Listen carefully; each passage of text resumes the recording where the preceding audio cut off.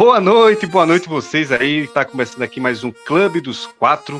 Hoje aqui ao meu lado está Cid Vasconcelos, Eupídio Rocha, Bruno Barros, e hoje a gente vai falar sobre O Alto da Compadecida 2, a estreia nacional aí do ano passado, final do ano passado, e a gente vai estar falando hoje sobre um dos grandes filmes do ano passado em termos de bilheteria e de público no cinema, que é essa continuação de a gente já pode chamar assim, não é, de grande clássico da comédia nacional. Vou chamar aqui o Eupídio Rocha para fazer essa apresentação, falar um pouco sobre o filme e sobre o elenco aí, enfim. Bem-vindos e bem-vindas, né, a mais uma sessão aqui do Clube do Filme e do Clube dos Quatro.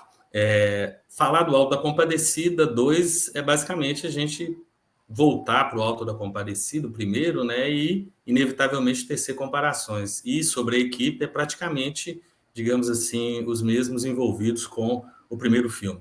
É a história do reencontro de João Grilo e Chicó em Taperoá, 20 e tantos anos depois das primeiras peripécias e altas confusões, né?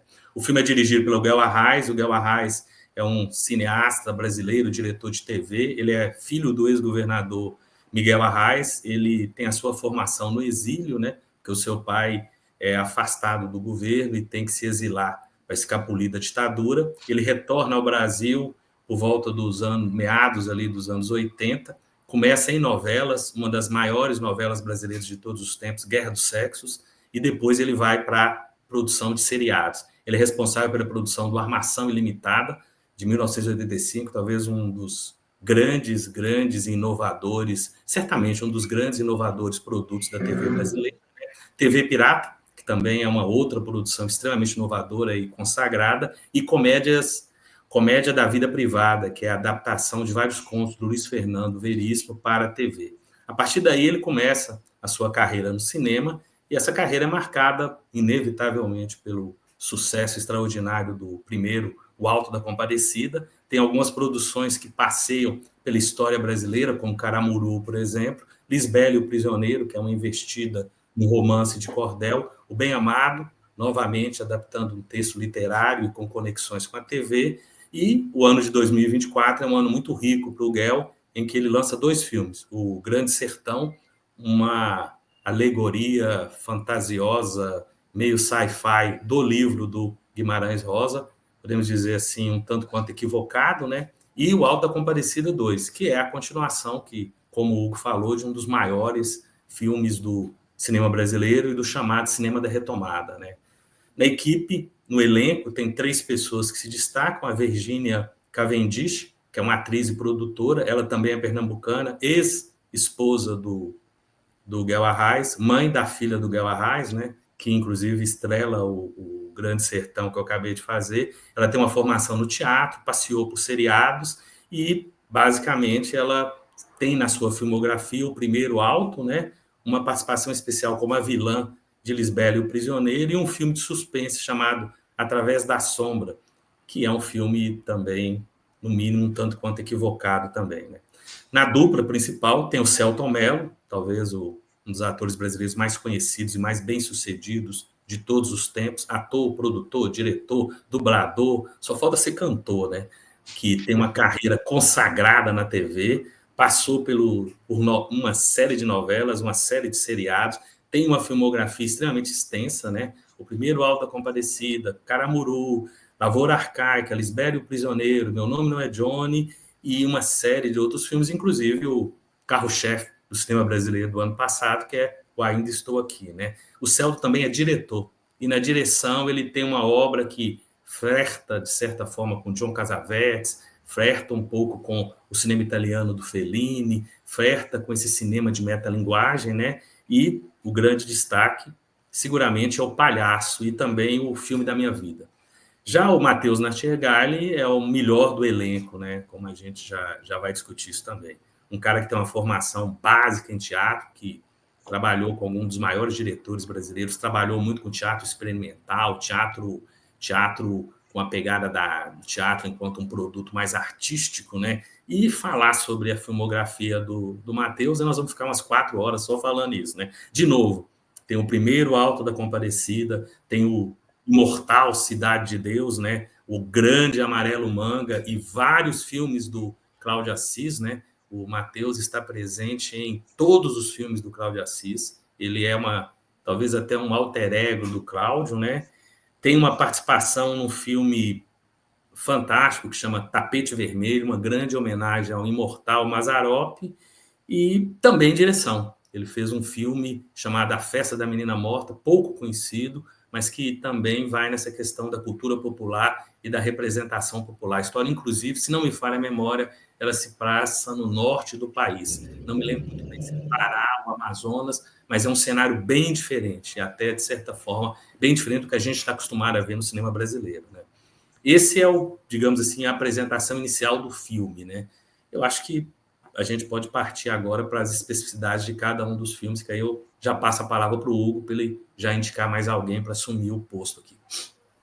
Não tem como a gente falar sobre o Auto da Compadecida 2 sem falar do primeiro filme, sem fazer essa comparação que é, ao meu ver, inevitável. Como qualquer continuação, o Auto da Compadecida 2 ele vai surgir, diferente de outras, mais de 2 décadas depois, e isso vai trazer diversas consequências.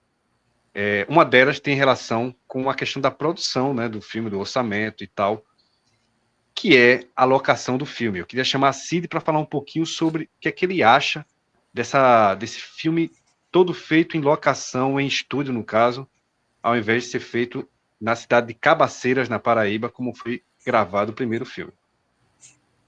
Então, eu até li uma entrevista, né, da diretora do filme, que assina esse filme junto com o Guilherme Arras, que é a Flávia Lacerda, falando sobre isso ser um desafio, né, de gravar esse filme em estúdio. Mas, para mim, na verdade, é um pecado, né, porque se utiliza muito filtro e a gente costuma, né, questionar esse uso de filtro, por exemplo, nos filmes de estadunidense, quando querem representar o México, quando querem representar a Índia, quando querem representar os filmes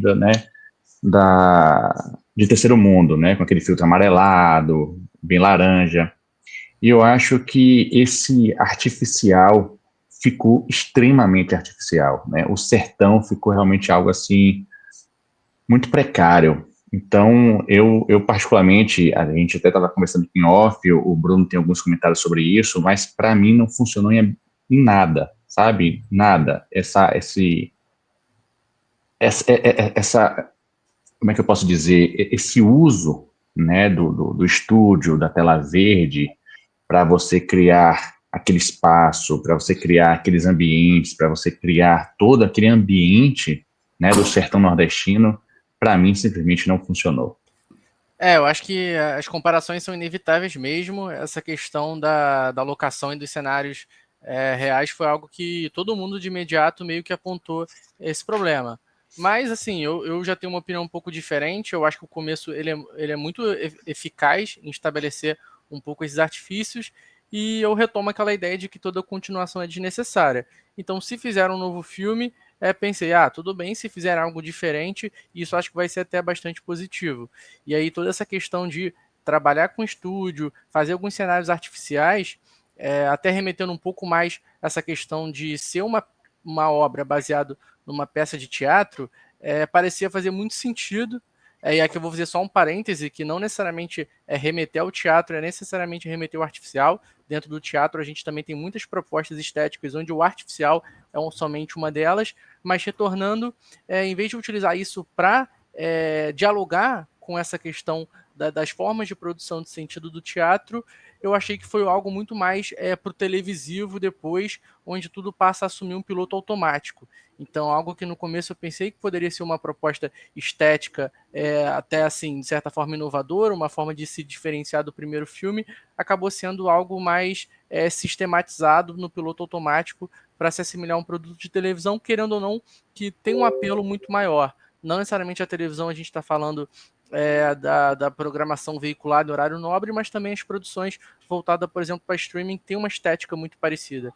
Então é televisivo nesse sentido, núcleos isolados, uma narrativa que não é tão ligada, não tem um nexo causal entre os eventos, onde o humor e o exagero é até um pouco mais é bem-vindo. Então eu acho que só assume um piloto automático, essa estética ela vai sendo assumida a partir de um piloto automático que me desagrada. Mas o problema não está no artificial, mas sim como eu acredito que isso tenha sido conduzido durante o filme. E é claro, primeiro também tem um apelo um pouco a elementos mais teatrais, principalmente pensando em interpretação. De novo, a artificialidade é só mais um possível elemento de interpretação no teatro, mas combinando isso com cenários reais, tinha um efeito muito único. Eu acho que conferiu uma identidade muito única para o filme, e isso é inquestionável, e é até uma pena realmente que tenha se perdido essa ideia de propor uma identidade única para o filme. Mas você acha, Bruno, não, só continuando aqui o que o Bruno falou, falar. Para mim não parte, né, não que você tenha dito isso, né, mas para mim não parte de uma escolha técnica ou uma escolha estética. Para mim parte de um orçamento mais enxuto, e que aí eles tinham que realmente se desdobrar nessa parte, né, mais tecnológica de fazer, de recriar todo aquele cenário. Mas a gente ainda vai tratar sobre essa questão das continuações, das importâncias, das necessidades, mas eu, particularmente, eu sou um espectador que, quando assisto uma continuação, eu até espero coisas diferentes, né?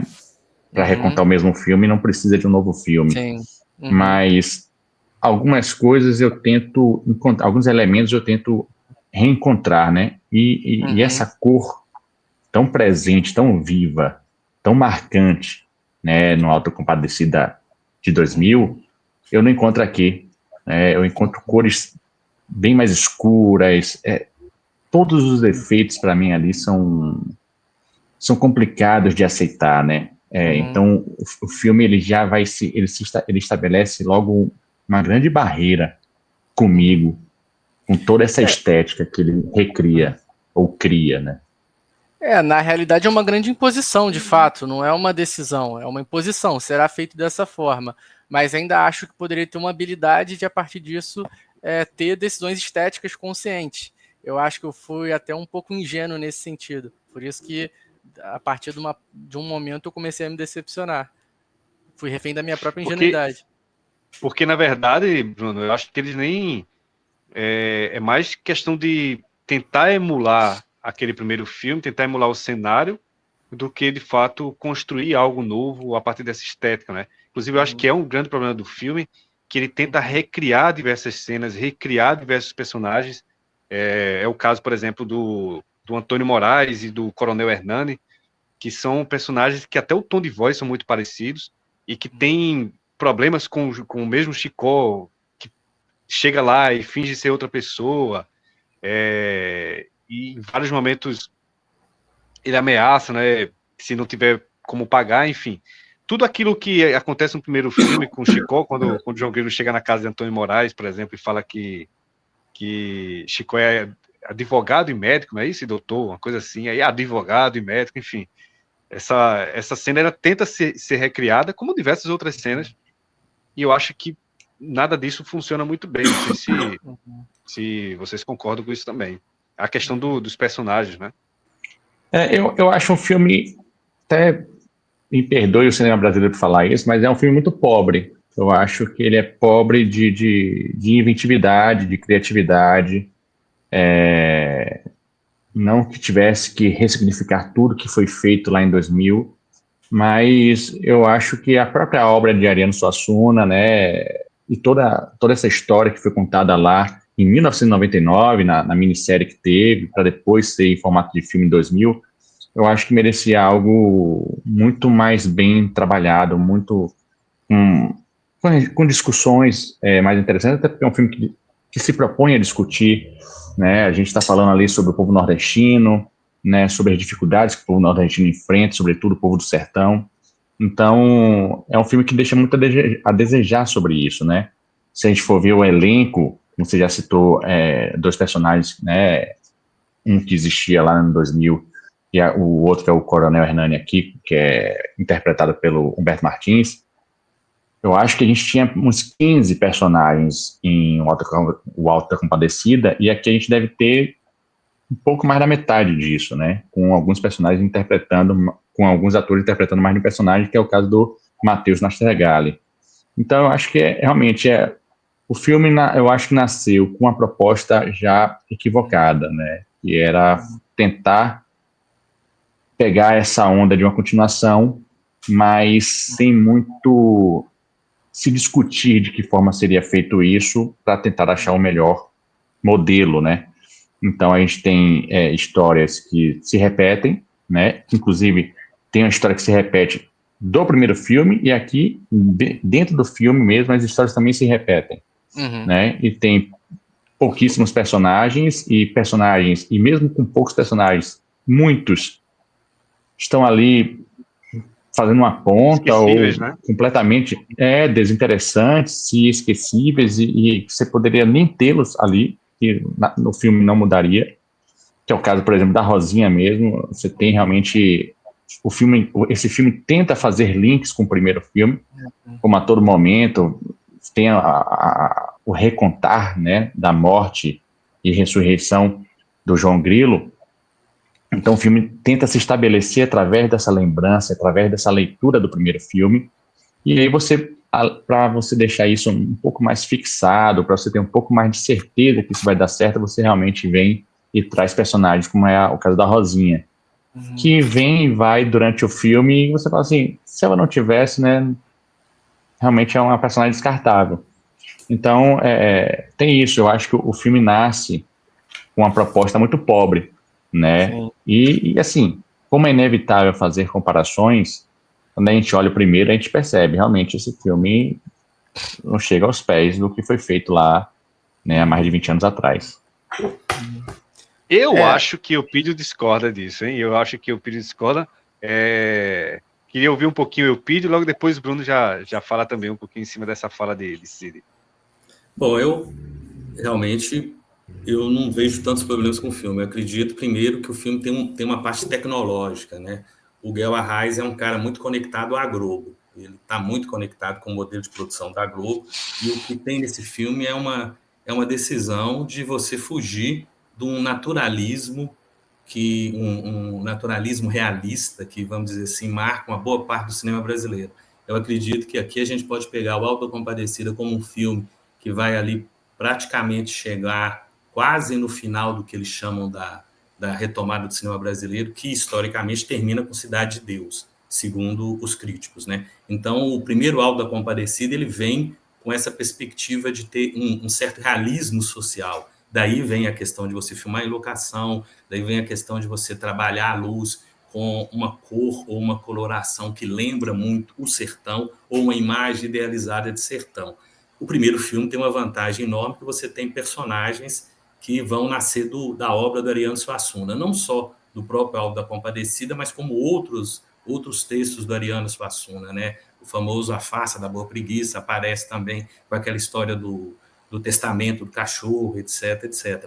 Nesse segundo filme, você tem uma tomada que, pelo que eu entendi, que o próprio Guel Arraes declara, vamos fazer uma experiência tecnológica. Nós estamos fazendo um experimento tecnológico até para ver o quanto que a Globo e a Globo Filmes conseguem atingir, digamos assim, esse grau de expertise. O que eles estão usando ali é uma técnica que chama Stagecraft, me parece, que são painéis de LED que estabelecem esses fundos e esses cenários.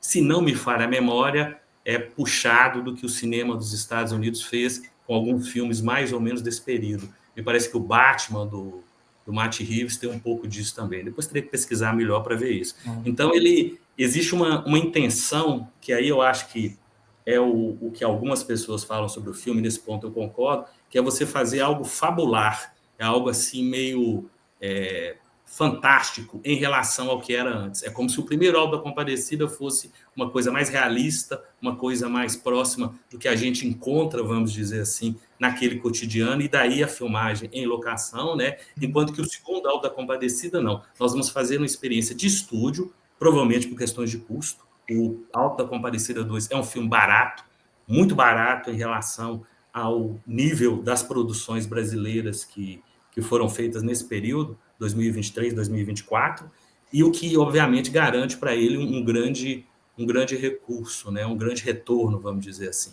Em relação aos personagens, eu concordo com vocês, todos os personagens novos são muito fracos em comparação com o trio principal e principalmente a dupla principal, né, que é o Chicó e o João Grilo. Talvez a única exceção de personagem novo aí seria o Luiz Miranda, fazendo um personagem que chama Antônio do Amor, que é um malandro carioca que cai, não de paraquedas, né, mas que é levado para esse cenário do sertão com, digamos assim, o chamamento do Matheus, né, para poder, de certa forma, fazer um outro elemento das tramóias que vão ser aprontadas, que vão acontecer, que serão articuladas ao longo do filme. Me incomoda muito a maneira como é que esses personagens entram e de uma hora para outra eles somem. O trio, por exemplo, do Coronel Hernani, do Arlindo, que é o dono lá da loja e dono da rádio, que é o Eduardo Stebich, que algumas pessoas falam que está muito bem no papel. Eu acho que o elenco funciona, mas o grande momento do elenco está no Matheus e no Melo, e no Celta, não tem nenhuma dúvida quanto a isso. Mas esses personagens, inclusive a figura feminina da Clarabella, né, que é a Fabíola Nascimento, que também é um encontro, esses personagens eles aparecem de uma hora para outra e somem. Se a minha memória não falha, acho que é justamente isso que acontece com todos esses personagens, né? Então, isso perde.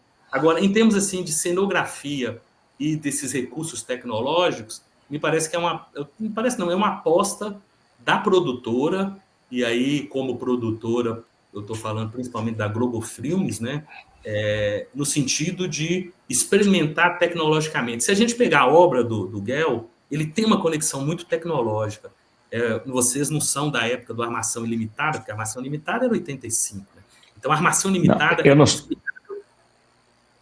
não sou da época, mas eu assisti bastante na década de 90, porque repassava ainda na Globo. Jubilula, eu adorava Jubilula, nos surfistas e tudo. Colorida, né? Ele era uma coisa muito colorida, tinha uma pegada de corte, muito corte, praticamente não tinha plano grande, era muito, muito corte, até de certa forma extrapolando o que a gente via no seriado americano, né? E isso é o Guel Arraes, TV Pirata é o Guel Arraes. Eu acho que esse filme ele tem uma pegada muito no sentido de que existe uma tecnologia que os gringos estão usando. Como é que a gente pode se apropriar dessa tecnologia?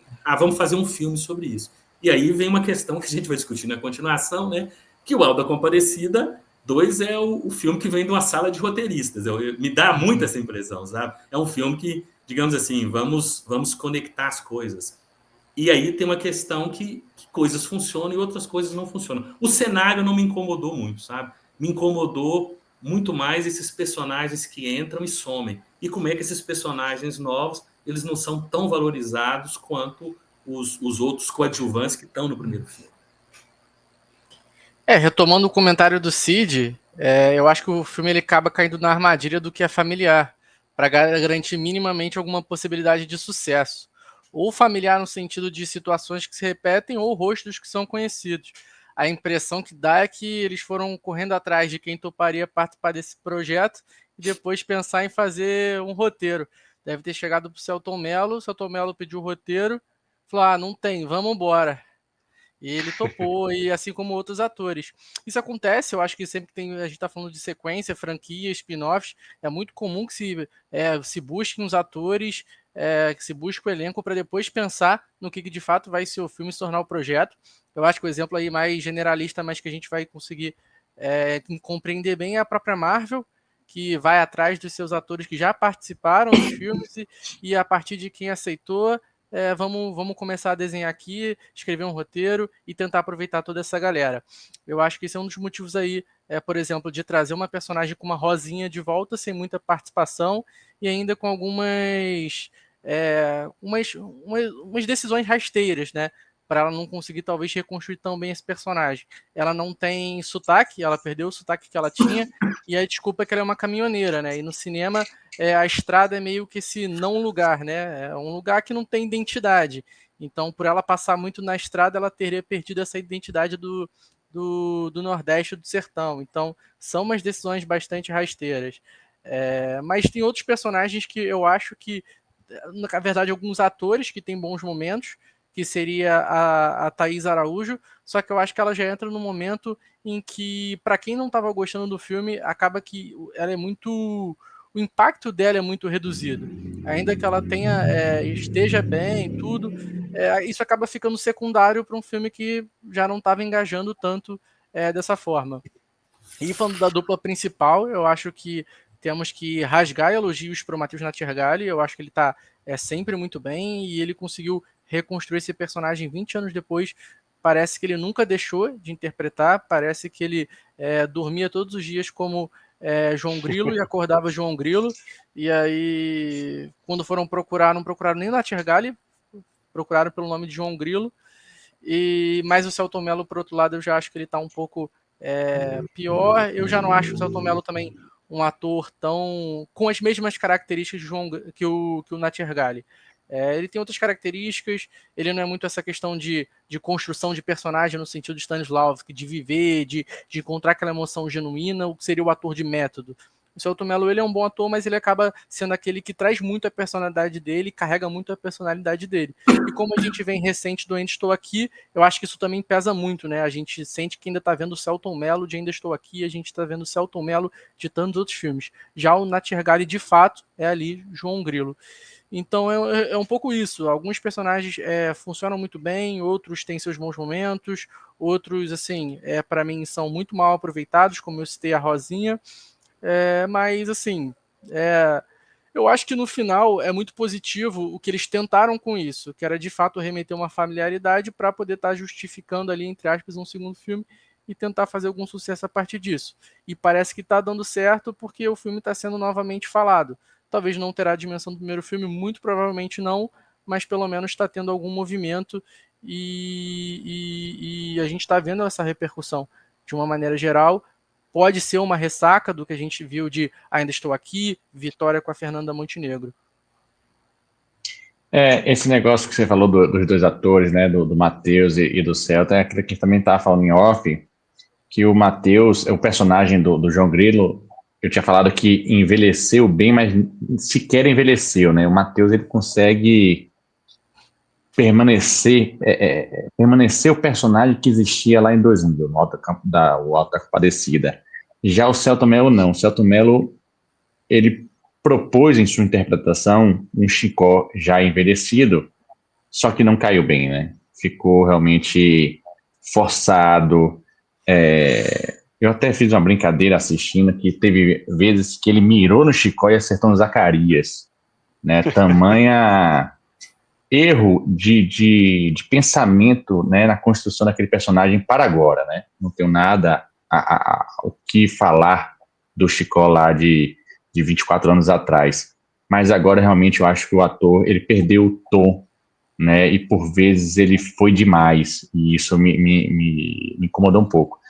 E sobre os núcleos, né, de personagens que a gente já falou aqui, da superficialidade das discussões, quando a gente tem realmente um cara que é o dono, né, da rádio, é o cara que abre o crediário, é o dono da loja de utensílios.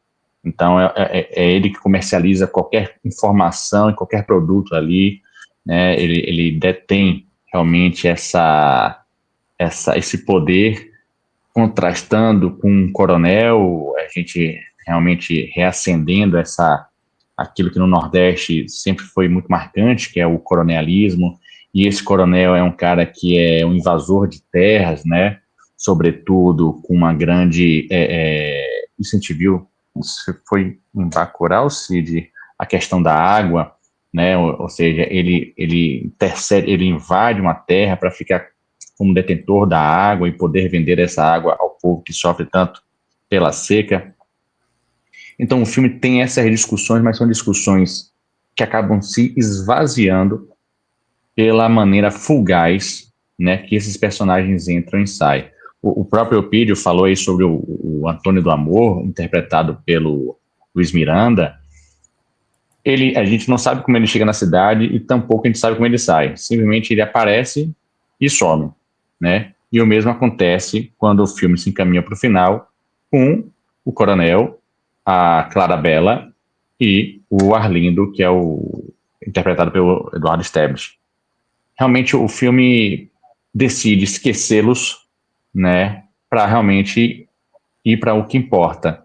E que, de fato, aí para mim é até um tiro certo, porque você apostar suas fichas todas no que de melhor o filme tem, que, como acho que ficou muito claro aqui, é o João Grilo, do Matheus Nastergalli. O filme, eu acho que ele demora muito a engatar, né? Eu acho que fica. Eu não sei quem foi que falou sobre. Eu acho que foi Bruno que falou sobre o nexo causal. O começo do filme eu tava meio. Confesso que eu tava meio assustado com o que estava acontecendo, que o filme não engatava de jeito nenhum. Né? O filme tava totalmente cortado, mais apelo à nostalgia e ao reencontro do espectador com esses personagens do que na tentativa de construir um filme sim. Inclusive, em vários momentos, né, os abraços e os momentos de afeto entre João Grilo e Chicó parece muito mais o afeto do reencontro desse elenco com esse material do que dos personagens em si, né? Então, isso é um grande, para mim é um grande problema, assim como você falou aí, a falta de sutileza em se colocar os temas políticos, eu acho que atrapalha um pouco, né? Eu entendo o que Guel Arraes quer fazer, ele quer se aproveitar de um filme totalmente reconhecido como Auto da Compadecida para expor alguns problemas políticos que assim, são bem graves dentro desse sistema que a gente convive hoje. Como a questão política, a questão da compra de voto, a questão enfim, de todo o conchavo político que existe para manter as pessoas dentro do sofrimento das quais a gente se encontra hoje, né? Mas eu acho que isso é feito de forma muito sem nenhuma profundidade, muito jogado, e isso eu acho que mais enfraquece o tema, mais soa uma coisa forçada e faz as pessoas refletirem menos do que se ele tivesse simplesmente colocado essas coisas lá sem precisar estar explicando muito, que é o que ele faz, né? Mas assim, eu acho o filme que tem bons momentos de humor. Eu acho que em alguns momentos me faz dar boas risadas, como faz o primeiro, mas a ausência de personagens e cenas mais marcantes, eu acho que é um problema desse filme, né? Não sei se é o que o Pírio pensa. O Pírio gosta bastante desse filme por essa questão do humor, não é, Eupídio? E eu até tendo a concordar com isso também. Eu acho que é necessário também a gente voltar a ter esse humor, a chanchada, que é um humor popular. Queria que o Eupídio falasse um pouquinho sobre isso. Na minha opinião, o grande mérito do filme é justamente isso, essa conexão com a própria obra do Ariel Suassuna, né, que é uma obra que passeia pelos temas populares, né? O que nós estamos assistindo ali é uma farsa. A farsa é um gênero literário onde você trabalha com os despossuídos, né, os oprimidos. Tradicionalmente, os despossuídos, os oprimidos são os heróis. É um recurso repetitivo, o que explicaria, aí pode ser uma explicação que eu estou criando, pode ser uma construção específica do filme, essa repetição de assuntos. O final do filme é praticamente uma repetição do final do primeiro filme, com uma variação de que você tem o Matheus Nastergalli interpretando os três papéis principais. Pelo que eu entendo, o que eles estão tentando fazer, e nesse sentido eles vão conseguir atingir esse propósito, é efetivamente uma conexão com o público, através de uma obra onde os despossuídos e os oprimidos vão se vingar dos poderosos. E os poderosos são ridículos, os poderosos são estúpidos, os poderosos são arrogantes, os poderosos são aquelas pessoas que querem espoliar os outros.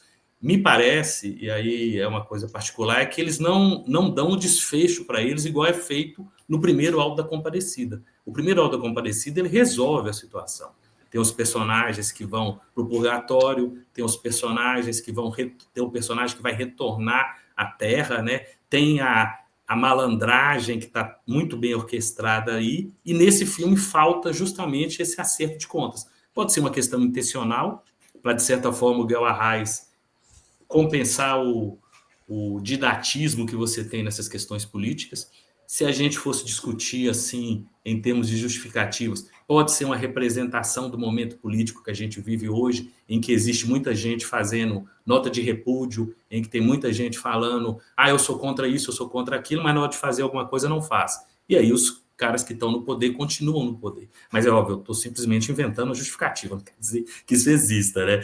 Agora, o mérito do filme é esse caráter farsesco, que eu acho que dialoga muito bem com a obra do Ariano. E tem uma coisa que, por exemplo, me agrada muito no filme, é essa vitória do do popular. O João Grilo e o Chicó são os despossuídos, né? O João Grilo e o Chicó são aqueles que são colocados à margem. E o filme é essa grande vingança desses dois personagens, né? É o grande mérito que dialoga também com o primeiro filme. Sobre a personagem da Thaís Araújo como Compadecida, eu acho que aí é uma outra questão, porque é uma comparação em que não tem como a Thaís Araújo ganhar, né? Nós estamos comparando a Nossa Senhora Aparecida, né, com a representação mor da Aparecida, né? Então, me parece que no caso da Aparecida é como se o Guel estivesse fazendo aquela piscadela para o público. Ó. No primeiro Auto da Compadecida eu coloquei um Jesus negro. E isso está na peça, né? Eu me lembro que esse é um dos momentos mais hilariantes da peça, é quando o personagem do João Grilo fala assim, mas o senhor está meio queimadinho, né? O senhor não está muito parecido com aquela imagem que a gente vê, porque, obviamente, a imagem é aquela imagem ocidental. Aquela coisa que a gente vê muito na parede das casas, né? Principalmente as casas da população. De certa forma, toda a população brasileira crente no catolicismo tem essa imagem lá. E é uma imagem... O corpo-alvo, cabelos lisos e olhos azuis.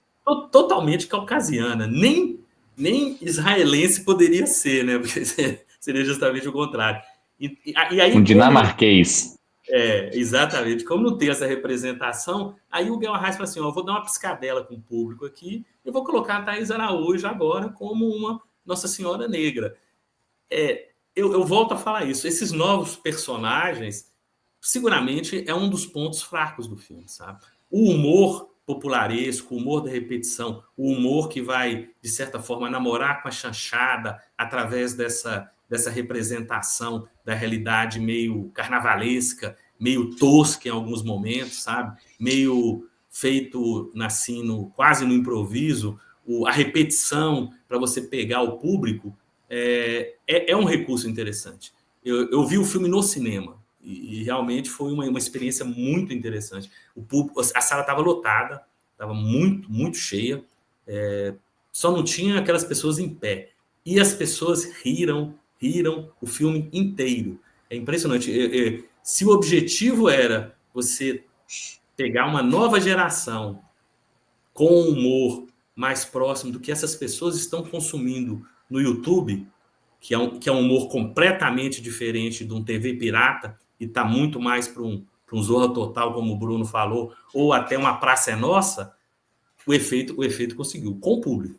Isso aí eu não tenho nenhuma dúvida que realmente foi atingido. Eu tenho muitas críticas ao filme, de fato, como eu já externei aqui muitas delas, mas tem duas coisas que eu gostaria até de pontuar, né, para a gente também não ficar só num clima aqui de criticar, mas ainda que eu não veja nenhum tipo de problema nisso.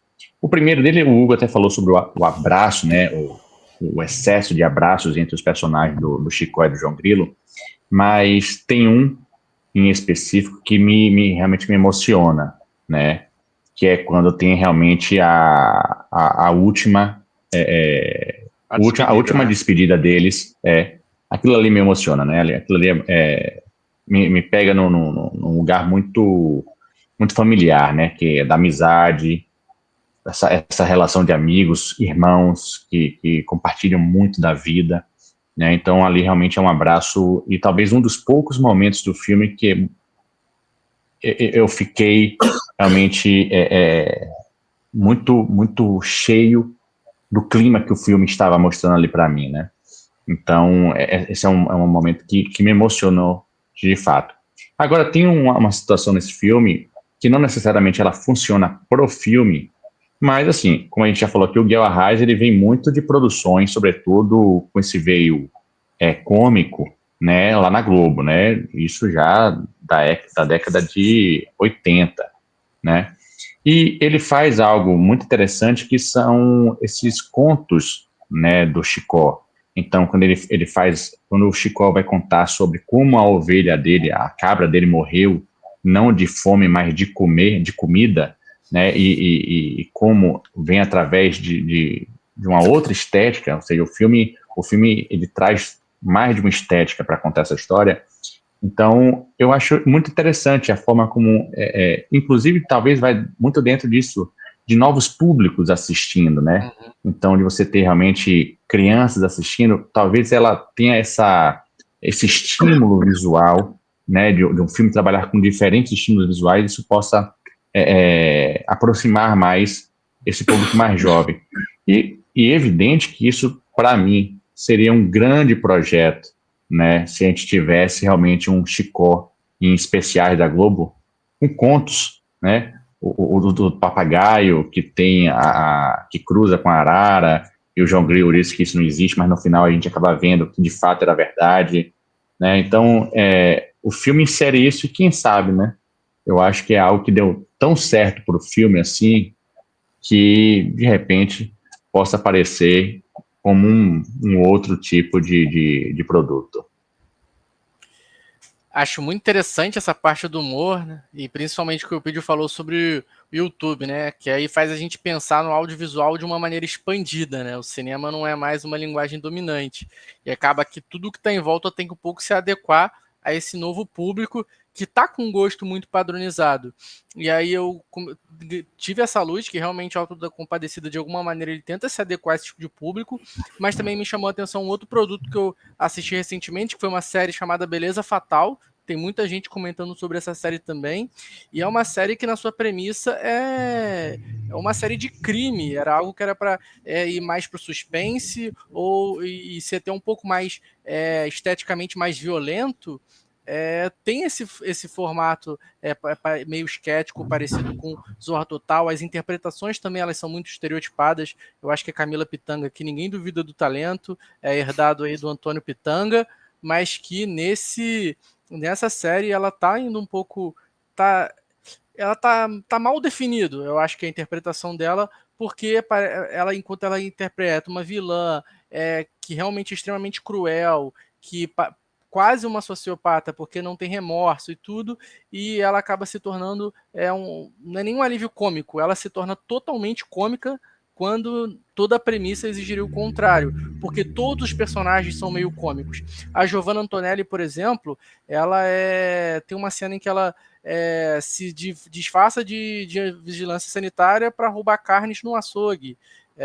São situações assim, bem uma comédia de erros, meio irmãos Coen da parada, e querendo ou não, isso aí é um pouco desse formato dominante, né? Talvez de uma piada não como alívio cômico, porque o alívio cômico seria aquela comédia bem inserida, mas assim, uma comédia que domina mesmo, que contamina determinadas obras, né? Então eu acho que é um pouco disso, de como esse audiovisual expandido está impondo regras mesmo, impondo paradigmas a esses outros formatos audiovisuais, assim, que se a gente acredita advém do YouTube, está contaminando, por exemplo, séries, novelas, mas não cabe aqui a gente falar qual é exatamente essa ordem, né? Porque, na verdade, é um intercâmbio entre todas as linguagens conversando de alguma maneira, porque esses públicos se conversam e consomem mais de um tipo de obra. Então, eu acho que isso, para mim, faz muito sentido ali dentro de Auto da Compadecida.